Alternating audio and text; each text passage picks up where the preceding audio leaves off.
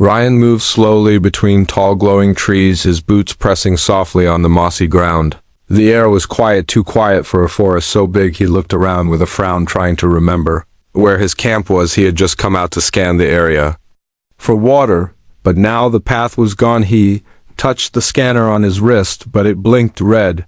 No signal, he sighed, and kept walking, hoping he would find a way back. Soon he heard a soft chirp above and looked up. A blue bird with 2 wings and a tail like a ribbon flew past and disappeared into the light mist. Then suddenly a voice came from behind a tree. It was high, soft, and shaking. "Please, human. My mom's caught in a trap." Ryan stopped, his heart jumped. Who was that? He turned quickly and saw something small step out from behind the tree. It was not human. It was a child with green skin, big black eyes, and long ears that moved gently with the wind. Ryan raised his hands to show he had no weapon. The child looked scared and sad. Her small hands were shaking. Her legs looked weak, but she did not run away. She took 1 step closer. "Please, human," she said again.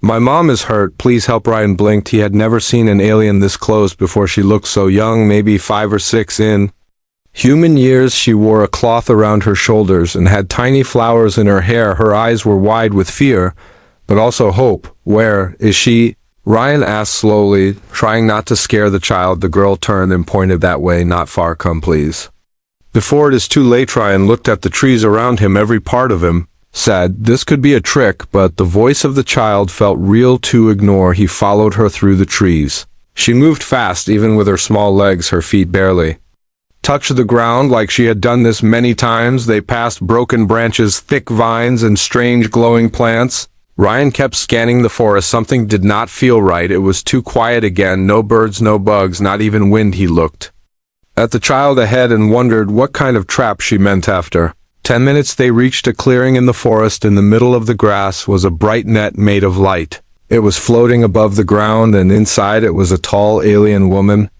She looked just like the child, but older. Her body was weak, her eyes closed. She was breathing fast, like in pain. The girl ran to her and cried, "Mama, I brought help." The net did not move. It stayed still, like a cage from light. Ryan walked around it carefully. He took out a metal rod from his belt and touched the net. It sparked and pushed him back. The shock burned his hand and he dropped the rod. The girl cried louder, "Please do something. It hurts her more with time. It is made by bad ones. They hunt mothers." She looked at Ryan with tears, her voice full of pain. "They take them away and they never come back." Ryan looked at the net again. His tools were no use here. This was alien tech, not something he could just cut or hack. The net shimmered like it was alive. Every few seconds it pulsed, and the woman inside shook like she was in pain. He had to think fast. He opened his backpack and took out a heat sensor. Maybe he could find where the net got power. He checked the trees. Nothing. He looked at the ground. Still nothing. Then he noticed small symbols glowing on the rocks around the clearing, like they were feeding the net with power from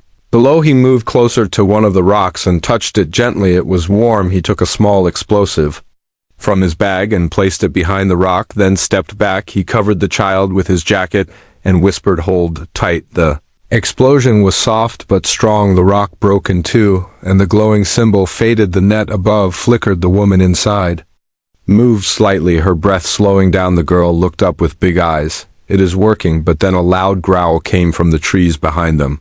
Ryan turned fast. Something big was watching them, red eyes between the shadows and a shape like a beast, but walking like a man. It was tall, armored, and holding a spear that shined with dark metal. The child froze, her voice barely a whisper. "They came back." Ryan grabbed a flare from his side and fired it into the air. The light lit up the whole area, and the beast growled louder, but stayed in the dark. Ryan knew they had little time left. He looked at the girl and the trapped mother, then at the dark shape moving closer. His mind raced with fear and fire, but he stood tall and ready to act. He had come for water, but found something bigger, and now he had to decide to run or to fight, because the trap was not just for the mother. It was a test, and someone was watching how he would respond. Ryan stood frozen, his eyes locked on the red glow hidden deep in the trees, his breath silent, his heart louder than the forest. He had never seen that kind of creature before, tall like a man, but shaped like a nightmare.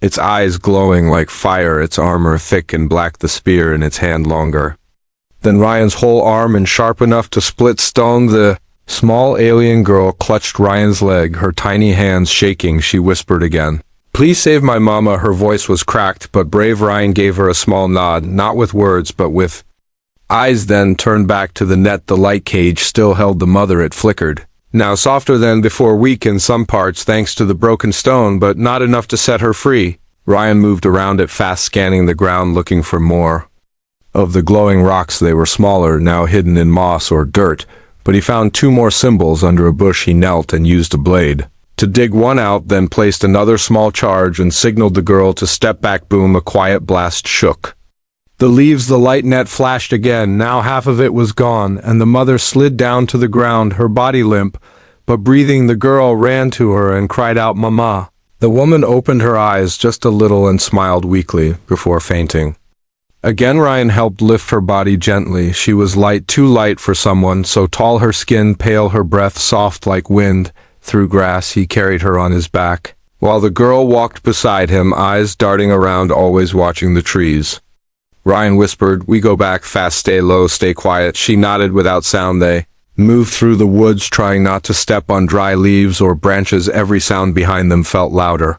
Every second felt like forever. The red eyes were gone, but Ryan felt watched, his body alert, his mind sharp like a blade in war. He knew something was tracking them, not just by sight, but maybe by heat.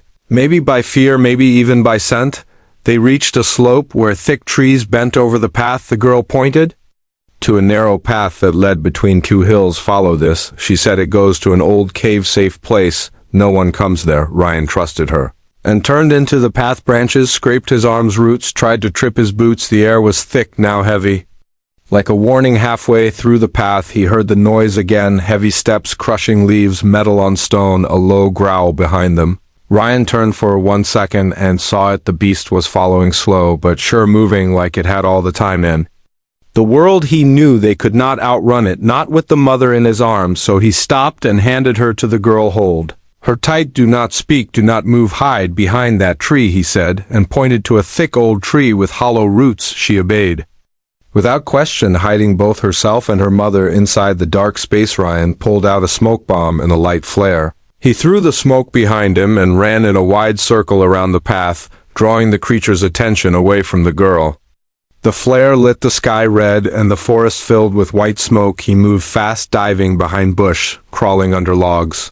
The beast followed the flare, not him for now. When the smoke faded, Ryan returned silently to the tree where the girl and mother were hiding. Both were safe, though. The girl had tears on her cheeks. Ryan smiled at her and whispered, "Brave girl." She nodded and whispered, "Thank you, human." They moved again, now deeper into the forest, guided only by the girl's memory of the safe cave. After some time, the trees began to thin, and the ground turned rocky. Moss gave way to gray stone and strange roots that glowed underfoot. Ryan felt something different in the air, like old magic or sleeping power. Then they saw at the entrance of a cave, half covered in vines and dust, but large enough to walk inside, standing tall. The girl looked nervous. "This place is not used for many years," she said. "Elders say it is cursed." Ryan did not care, cursed or not, it was shelter, and he was out of options inside. The cave was cool, and dark glowing lines moved along the walls like old writing or maps. The girl looked surprised, her eyes wide. She touched one of the lines, and it lit up bright blue. The mother opened her eyes again and whispered words in her language. Words the walls understood. Suddenly the whole cave lit up, glowing in warm gold and soft green. Ryan stood still, amazed. This was not just a cave, it was something old, something alive, maybe even sacred. The girl said softly, "My grandma told stories of this place. She said humans helped build it a long, long time ago, but no one believed her." Ryan looked at her and smiled. "Maybe your grandma was right before they could rest." A sound echoed from the cave entrance, metal on stone. Heavy steps again. The hunter had followed their trail. Inside, Ryan knew there was no running now, only one thing left to do: make a stand, protect the girl, protect the mother, trust the cave, and fight with all he had. Ryan stood in the center of the glowing cave, his back straight, his eyes focused. The walls pulsed gently around him, as if alive. The strange golden lines shimmered like rivers of light. The girl hid behind one of the stone pillars, holding her mother close. The soft hum of the ancient walls echoed in the silence outside the entrance. Heavy steps came closer, louder each time they hit the ground. Dust fell from above with every sound. Ryan knew the hunter was near, too near. His hands reached for The last flare, he had it was small, but bright. He also gripped the smoke bomb tight in his other hand. This was all he had left. No weapons, no armor, just courage and instinct. A shape moved in the doorway, huge and dark, its red eyes glowing like fire. Its body covered in thick armor, black and rough like volcanic rock. The long spear in its hand gleamed under the cave light. The hunter stepped inside slow and careful like a beast that knew its prey had nowhere to run. The hunter stopped and tilted. Its head, its red eyes scanned the glowing symbols on the walls. The cave was not what it expected. It stepped forward, but not too fast, its eyes now on Ryan, who stood tall, not moving, not speaking, just waiting. Ryan threw the flare high into the air. It burst into bright white light, blinding the cave for one moment. Then he rolled the smoke bomb along the ground. Thick gray clouds spread across the floor, covering everything. The hunter growled deep and low, but did not back away through the smoke. Ryan moved fast, crawling across the side of the wall, hiding behind an old stone. He found something strange there, a circular plate with hand shapes carved into it, one large, one small. He placed his hand on the large shape and felt heat pulse through his palm. The wall opened slightly. A narrow path now showed on the left side. He ran to the girl, whispered, "Follow me." She carried her mother and followed him through the hidden door behind them. The wall closed again just before the hunter reached them. Now they were inside a new part of the cave, darker, but safe for now. This part of the cave had no glowing walls, only cold rock and silence. Their steps echoed with every move. The girl looked worried, her mother weak again. Ryan stopped near a stone ledge and helped lay the mother down, then turned to check the path behind. Still no sign of the hunter. The girl looked around, her eyes wide. She whispered, "This place is older even than the last part. My people say it was made by the Sky Ones before the Great Fire, long before humans came." Ryan listened, but said nothing. His eyes never left the shadows. He moved forward to explore the space ahead. The room opened into a large hall full of statues, each one shaped like a human and alien, standing side by side. Some held tools, some held books, some held hands. It was clear they had once worked together, built something great, something powerful. In the center of the hall was a tall crystal glowing faint blue. It hummed softly as if alive. Ryan walked closer and touched it. It pulsed with warmth. Then his wrist scanner blinked for the first time since the forest. It showed a signal, a message and symbols, then changed into his language. Old Alliance system activated, safe mode online, last human detected 300 years ago. Ryan's breath caught. This place was real. This connection was real. The stories were not stories after all. Suddenly, a loud bang came from the wall behind. A part of the stone cracked. The hunter had found them again and was breaking through. The girl screamed. Ryan grabbed a metal rod from the ground, maybe once part of the broken statue. It was heavy and strong, not a gun, but better than nothing. The hunter broke through. Red eyes, wild spear ready. It growled and stepped into the hall, slow, powerful, not afraid of anything. Ryan stood in front of the girl and her mother, rod in hand, ready to fight. He shouted, "Leave us alone." The hunter answered with a roar and charged forward. Ryan swung the rod with all his strength, hitting the hunter in the side. It stumbled but did not fall. It grabbed Ryan and threw him hard against the wall. Pain shot through his back, but he stood again, blood on his lip, breath short but still strong. He charged back, swinging again and again. The hunter blocked with the spear, then slashed at Ryan, cutting his arm. Ryan dropped the rod and fell to his knees. The hunter raised the spear for the final strike, but before he could move, the girl stepped forward, her small hand on the crystal. The crystal lit up bright blue, filling the hall with light. Symbols danced in the air. Wind rushed through the room. The hunter froze, confused. The girl whispered words her grandma taught her in secret, old words forgotten by time. The light from the crystal struck the hunter hard, sending it flying back into the wall, where it crashed and fell silent, unmoving. The light faded, the hall quiet again. Ryan looked up at the girl, who now glowed faint blue like the crystal itself. She said softly, "I only did what was right." Ryan nodded, still in pain, but proud of her. The mother opened her eyes again, smiling weakly, then closed them again in rest. The hunter was gone, the threat passed for now, but Ryan knew this was just the beginning. Something old had awakened, and they were now part of it. The hall was quiet, the air still, the crystal's glow fading slowly like a fire going to sleep. Ryan sat near the broken wall, holding his side pain sharp, but his eyes still strong. The girl stood near him, her hands still warm from touching the ancient light. Her mother rested behind them, Breathing slow but steady, Ryan looked around the chamber walls covered in dust statues,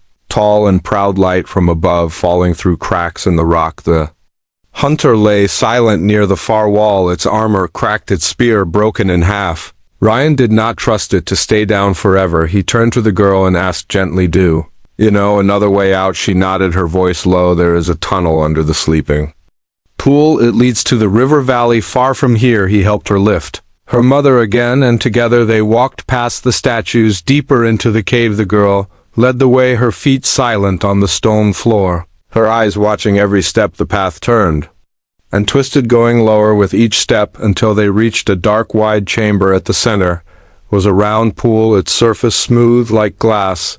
The water glowed faint green, not from light above, but from something deep below. Ryan knelt beside it, dipped his hand in the water, cool but not cold. His scanner beeped softly, showing low radiation. "Safe for now," the girl pointed to the far side of the pool. "There behind the vines is the tunnel." He walked around, pushing the vines aside to find a narrow opening, just big enough for them to crawl through. He turned back to help the girl carry her mother into the tunnel, the space tight, the walls damp, their breath echoing around them. Each step forward felt like crawling through time past, old bones and forgotten whispers. The girl whispered softly, "This place is sacred. It was not meant for war, but for peace." They crawled for many minutes, the air growing fresher, until the tunnel opened into a wide cavern with roots hanging from above and soft light pouring through cracks. The sound of rushing water echoed from a stream nearby. Ryan smiled. They had made it.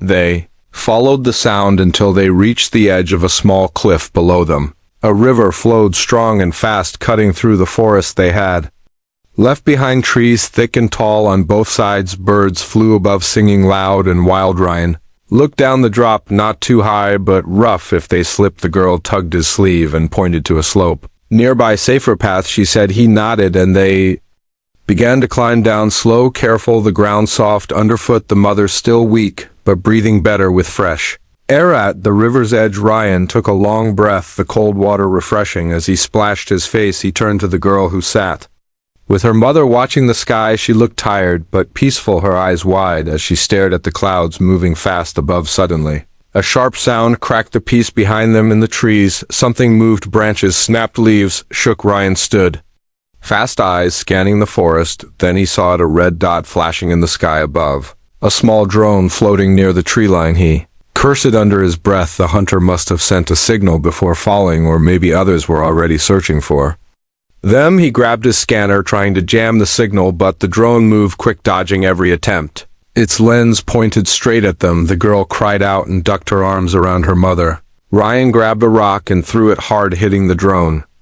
It shook but kept flying. He took a deep breath and pulled a small EMP from his belt, his last one. He set the timer and tossed it into the air. The pulse exploded in a soft blue ring, and the drone dropped into the river, sparking. For a moment all was quiet again. Then his scanner beeped loud, several signals approaching from the north, moving fast. He turned to the girl and said, "We must move now." She nodded and helped lift her mother again. They moved along the river path, hidden by thick trees and soft mist. As they walked, Ryan thought about the cave, the crystal, the ancient statues, the forgotten stories told by old voices. Everything pointed to something bigger, something buried in time. He looked at the girl who walked beside him, her head held high, her spirit strong. She was more than a child now, she was part of something powerful. They reached a small cave near the river, a place to rest for the night. Ryan set up a small fire while the girl fed her mother soft fruits from a tree nearby. He watched them for a long moment, thinking of home, thinking of how he would explain all this.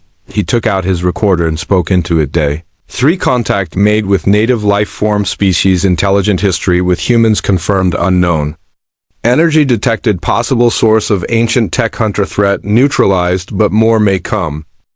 He turned off the device and looked at the stars above, the sky wide and open, full of questions he had no answers for yet. But he knew one thing: the escape was not the end, it was the beginning of something bigger, and it was coming fast. Morning light broke through the trees, soft golden rays touching the river. Ryan sat at the edge, eyes on the water, his hands busy fixing a torn strap on his gear. The girl sat nearby, her mother asleep on a blanket made from leaves, her small eyes full of thought.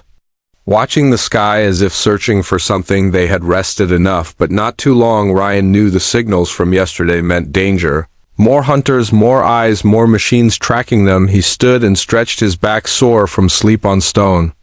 Then looked at the girl with a quiet voice. We must keep moving, find a place they cannot follow. She nodded without question, her trust strong like steel. They followed the river north, walking between tall stones and hanging vines, the ground soft, the air filled with bird songs and the buzz of glowing insects. Ryan scanned the area, every few steps watching for signs of drones or heat trails, but the forest remained still for now. After hours of walking, the girl stopped and pointed toward a wall of rock half hidden behind trees, a place covered in symbols and strange shapes. She whispered with a mix of fear and wonder, "This is the Forbidden Cave. My people never enter it. Even our elders say it is cursed." Ryan looked at it closely. The symbols matched those from the first cave, flowing lines and sharp corners, language of the old ones. He touched one of the symbols, warm under his fingers, pulsing softly with light. As if it remembered him, the wall moved slightly, stone sliding over stone, revealing a narrow entrance just big enough for them to pass through. The girl looked at her mother, then at Ryan, her voice shaking. "We go in together." Ryan gave a calm nod and led the way, his steps slow, his light ready. Inside, the air was dry and heavy, the light dim but steady from crystals embedded in the walls, each one glowing with a soft blue hue, casting long shadows across the stone floor. The path led downward into the earth, deeper than Ryan expected, as if the cave stretched all the way to the heart of the world. The walls were covered in murals, telling stories through pictures, humans and aliens building together, farming together, flying ships with wings like birds and sails like clouds, then images of war hunters, machines, burning forests and the light fading from the sky. Ryan stopped at one mural showing a human giving a crystal to a young alien girl, her eyes the same shape as the one walking beside him. The girl stared at the mural, tears in her eyes. She whispered, "This is the story my grandma told, but no one believed her, not even me."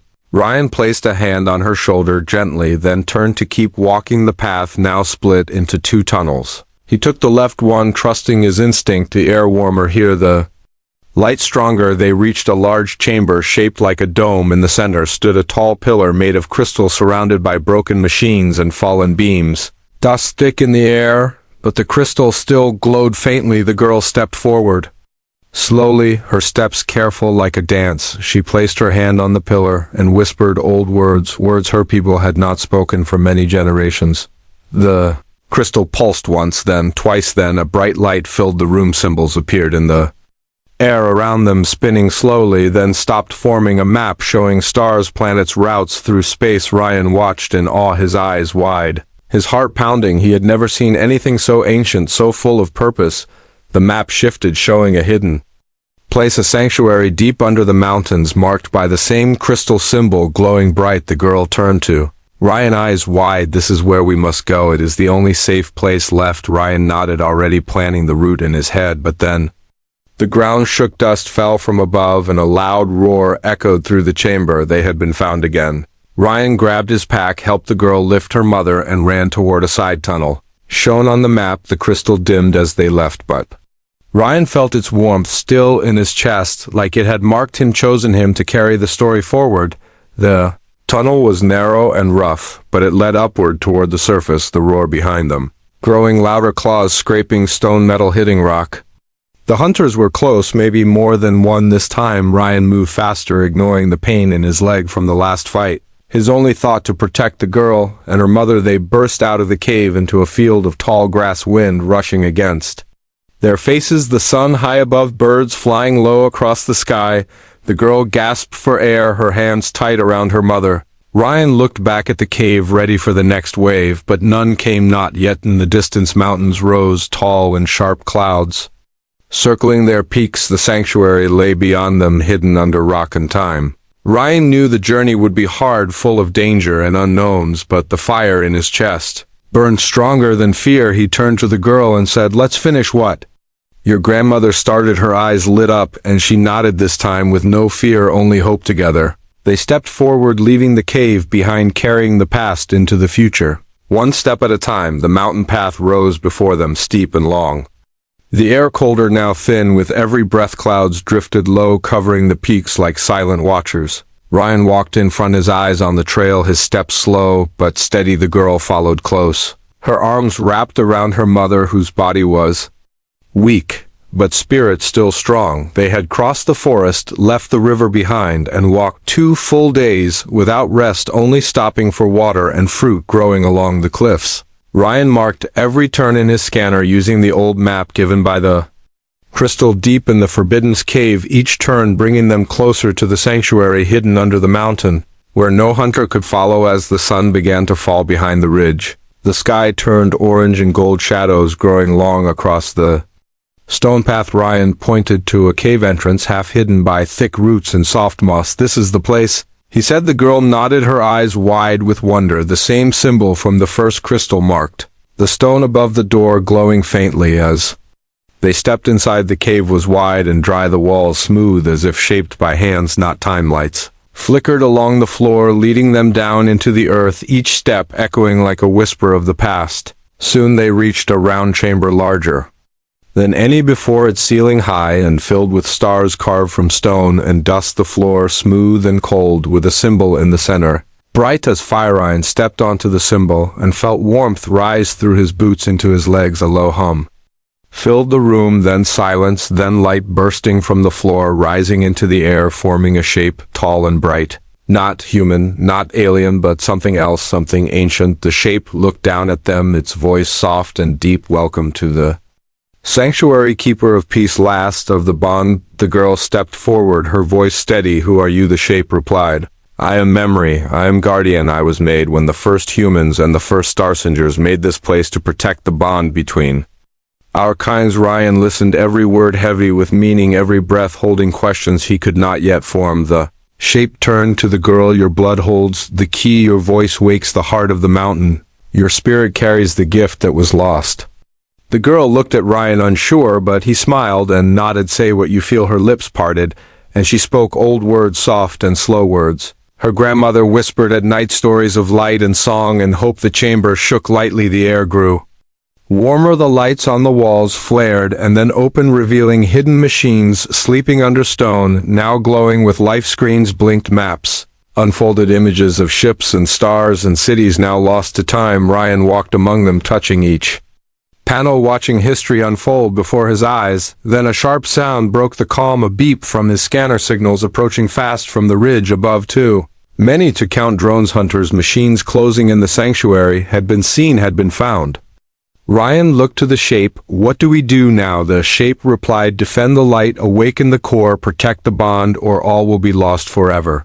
Ryan looked to the girl, her eyes full of fire. No longer afraid, no longer a child, she ran to the center, placed her hand on the glowing symbol again, and spoke the words, not with fear, but with power. The mountain shook loud and deep. Machines lifted from the floor, drones made by old hands, weapons powered by clean energy shields formed around the walls, doors locked with blasts of light. The sanctuary was alive, no longer hidden, no longer sleeping. The hunters broke through the outer cliffs, their steps loud, their roars louder. Ryan grabbed a shield from the wall, its weight perfect in his hand, a memory of old battles shaped into steel. The girl stood beside him, not with weapons, but with light, her body glowing like the crystal, her voice steady like stone. The battle was fast and sharp, flashes of light cutting through the dark metal against fire, claws against faith. Ryan fought with strength, but also with hope. The machines of the sanctuary moved with grace, defending the girl, the mother, the bond that had lasted beyond stars.